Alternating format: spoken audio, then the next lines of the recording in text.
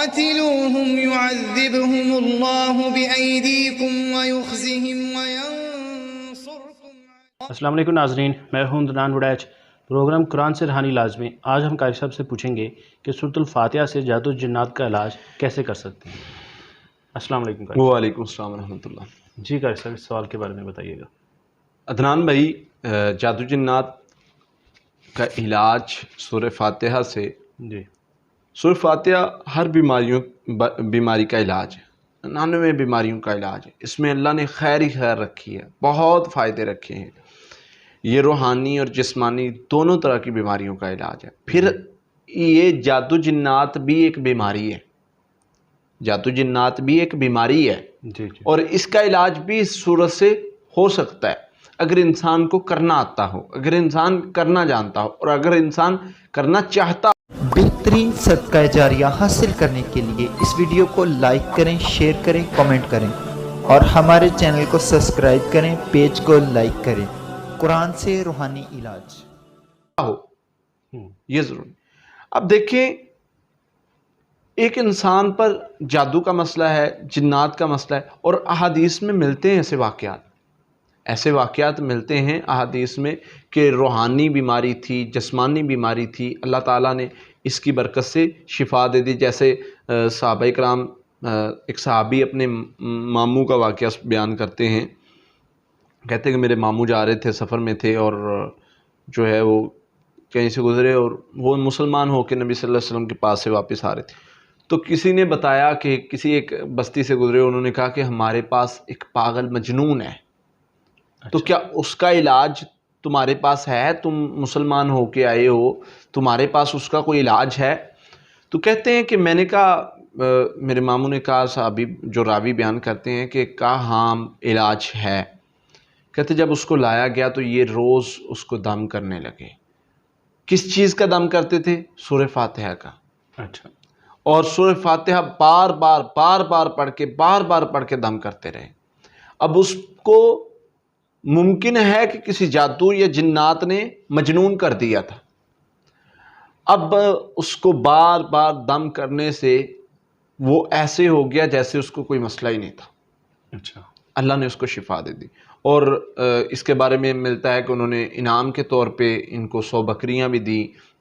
بعض دوسری روایت میں جو ہے وہ بچھو والی، اس میں 40 بکریوں کا، 30 بکریوں کا ذکر ہے مختلف روایات میں، لیکن انہوں نے یہ انعام کے طور پر دیں۔ پھر اسی طرح جو بچھو کے کاٹنے والا واقعہ ملتا ہے، صحابہ جا رہے تھے سفر پہ، تو ایک بستی میں گئے، ان کو کہا ہے کہ ہم یہاں رک جائیں، پڑاؤ کر لیں، اور ہمیں کچھ کھانے کے لیے، مہمان نوازی کے لیے کہا، انہوں نے نہیں مانا، انہوں نے نکال دیا۔ اب کچھ دیر بعد ایک لونڈی آئی ہے صحابہ کے پاس اور کہا کہ جی آپ کے پاس کوئی دم جھاڑ کرنے والا ہے؟ ہماری جو ہے وہ کسی بڑے کو بچھو نے کاٹ لیے۔ اب انہوں نے کہا ہاں ہمارے پاس دم جھاڑ والا تو ہے، لیکن ہم اس کی قیمت لیں گے، ہم اس کا معاوضہ لیں گے۔ اب گئے ہیں صحابی، گئے ہیں، جا کے دم کرنا شروع کر دیا۔ اب صحابہ دوسرے صحابہ دیکھ رہے ہیں، کہتے ہیں کہ جب وہ واپس آئے تو ہم نے پوچھا کہ تمہیں دم کرنا بھی آتا ہے؟ رقیہ کرنا تمہیں آتا تھا؟ اس نے کہا نہیں، میں رقیہ کا ماہر نہیں ہوں۔ یعنی رقیہ کا یہ ایک الگ فیلڈ ہے، صحابہ کو بھی پتا تھا کہ یہ ایک الگ سے فیلڈ ہے، اس کے الگ سے لوگ ہوتے ہیں باقاعدہ طور پہ۔ تو یہ کیا تم جانتے تھے رقیہ کے بارے میں؟ کہا نہیں، اللہ کے نبی صلی اللہ علیہ وسلم نے بتایا تھا۔ یہ جا کے اس کو جس کو بچھو نے ڈسا تھا اس کو دم کیا، انہوں نے بار بار دم کیا تو اللہ تعالیٰ نے اس کو شفا دے دی۔ اور اس کے بارے میں ہے کہ جہاں پر بھی کوئی اس طرح کی چیز ہو نا نقصان دہ، تو لعاب اس پر پڑھ کے لعاب جو ہے وہ لگایا جائے۔ یعنی سورہ فاتحہ پڑھ کے بار بار اگر کسی نے ڈسا ہے تو لعاب لگایا جائے۔ تو سائنس بھی آج مانتی ہے کہ جب لعاب لگایا جاتا ہے تو اس سے جو زہر کا اثر ہے وہ ختم ہونا شروع ہو جاتا ہے اور فائدہ ہوتا ہے۔ بہرحال یہ ایک لمبی اور بڑی بحث ہے، کس طرح ہوتا ہے اور کیسے ہوتا ہے۔ ہمارا جو ٹاپک ہے سورہ فاتحہ سے علاج کے حوالے سے، تو صحابی سے پوچھا کہ تجھے کیسے پتہ ہے کہ یہ علاج ہے؟ لیکن نبی صلی اللہ علیہ وسلم نے بتایا ہے یہ ہر بیماری کا علاج ہے۔ یہ توکل، تقوی کے ساتھ اور یقین کے ساتھ گئے کہ میں نے اللہ کی رحمت سے، میرے نبی نے فرمایا صلی اللہ علیہ وسلم نے کہ یہ علاج ہے تو میں علاج کر لوں گا. اور اس کو سورہ رقیہ بھی کہا جاتا ہے، سورہ دم والی سورت. یعنی آپ کو کچھ نہیں آتا، آپ کا کوئی مسئلہ ہے، آپ اس کو پڑھ کے دم کرنا شروع کر دیں، اللہ تعالیٰ شفا دے دیں گے. اور ابن قیم رحمت اللہ علیہ کے بارے میں آتا ہے، فرماتے ہیں کہ مجھے کوئی بیماری ہوتی، میں ڈاکٹر کے پاس، معالج کے پاس، طبیب کے پاس نہیں جاتا، میں سورہ فاتحہ سے اپنا علاج کرتا. اور مجھے کوئی پریشانی ہوتی، میری کتنی بڑی تکلیف ہوتی، میں سورہ فاتحہ زیادہ پڑھتا، اللہ تعالیٰ مجھے اس پریشانی سے نکال دیتے. کیونکہ اس میں اتنے فائدے ہیں، بیماریوں سے، پریشانیوں سے نجات دیتے ہیں. اب جادو جنات کا مسئلہ ہے، جادو کی وجہ سے کوئی معاملات بنے ہیں، کوئی مسئلہ مسائل ہے، جنات کا مسئلہ ہے. تو جادو کی وجہ سے جو سحر امراض ہے نا، اس میں جتنی زیادہ سورہ فاتحہ فائدہ مند ہے، شاید کوئی اور چیز نہیں زیادہ فائدہ مند رہو. یعنی وہ جادو جس کے ذریعے سے بیماری لگائی گئی ہو، تو اس جادو میں جتنی زیادہ سورہ فاتحہ فائدہ مند ہے، شاید کوئی اور صورت فائدہ مند نہ ہو. یعنی اتنا زیادہ اس کا فائدہ ہے. تو سورہ فاتحہ کو زیادہ پڑھنے سے کوئی بھی جادو، یعنی سحر امراض میں بہت زیادہ فائدہ مند ہے. اسی طرح سحر تفریق میں، سحر محبت میں سورہ فاتحہ کا پانی دم کر کے جو ہے وہ پیا جائے، بار بار پیا جائے، بار بار پڑھا جائے، تو انشاءاللہ اس سے بہت فائدہ ہوتا ہے. تو جنات کا مریض جو ہے، جنات کے مریض پر بھی یہ پڑھی جائے، جیسے وہ مجنون کا، پاگل کا جو ہے وہ صحابی نے علاج کیا، تو جنات جس کو بھی پکڑتے ہیں اس کو مجنون ہی بناتے ہیں. جیسے کہ سورۃ البقرہ میں ملتا ہے، جو سود کھاتے ہیں قیامت کے دن اس طرح ہوں گے جیسے جنات نے ان کو پکڑ کر مجنون کرتی ہے. یعنی جنات جب پکڑتے ہیں، قرآن سے ہمیں پتہ چل گیا کہ مجنون بن جاتا ہے انسان. تو صحابی نے مجنون کا علاج کیا، تو پتہ چلا کہ جنات کا چمٹا ہوا مجنون کا مریض، جنون کا جو مریض ہے، اس کا اگر علاج کرنا ہو تو سورہ فاتحہ اس پر بار بار پڑھی جائے، بار بار پڑھی جائے، بار بار پڑھی جائے، تو وہ اللہ کی رحمت سے ٹھیک ہو جائے گا.